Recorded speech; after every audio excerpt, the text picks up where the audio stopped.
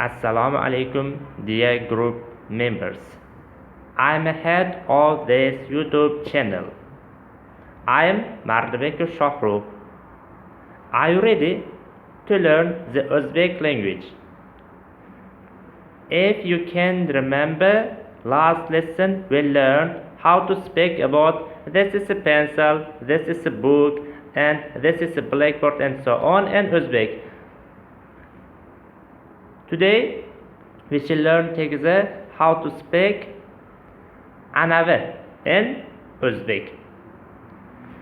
Anavi is a demonstrative pronoun that is always used to referring to a person or thing that is not near the speaker. For example, in English I can say that is a book, that is a pencil, that is a blackboard. How can we translate this sentence into Uzbek?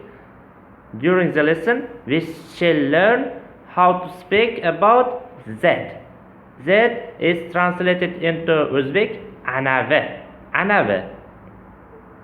Anavi is always used to referring to a person or things that's not near the speaker, as I said above. In order to make up sentence by using anavi demonstrative pronouns, we can say in Uzbek, first of all, you must speak anavi. After this, you can say noun. At the end of the noun, you must add der affix. That's anavi qalamdir. Anavi qalamdir. In English, that is a pencil. That is a pencil. If you can say anavi qalam, this sentence is translated into English that pencil. That pencil is a phrase, is not sentence. Like this in Uzbek, anavi qalam is not sentence. Vice versa, it is phrase. Because of this, in order to make up sentence by using that, you must say anavi qalamdir, anavi daftardir, anavi doskadir, and so on. All of this sentence are declarative sentence. Now we shall learn how to change the sentence into interrogative sentence. That is question 4. To make up question, to change the sentence into question form, we must add me affix at the end of the sentence by omitting der. That's anavi qalamdir. It's a declarative sentence. Anavi qalam is interrogative sentence. That's question 4. Anavi qalam. So as to change declarative sentence into interrogative form, that's question 4. You must add me affix by omitting der. Anavi qalamdir. Der is omitted. Then you must add me in order to change this into interrogative form. Anavi qalam. Anavi qalam. Or you can say anavi ruchka.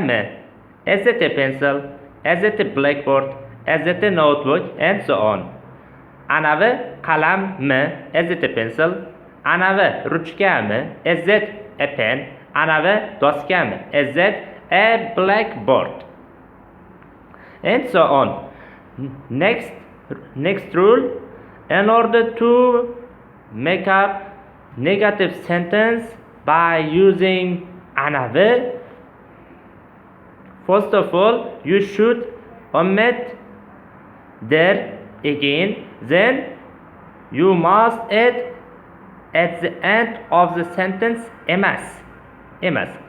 That's anavi qalamdir. It's a declarative sentence. Anavi qalam emas is negative sentence. That's anavi qalamdir. That is a pencil. Anavi qalam emas. That is not a pencil. That is not a pencil.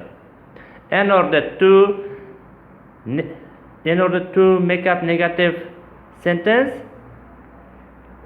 first of all, you should omit there. Instead of this, you must eat emas.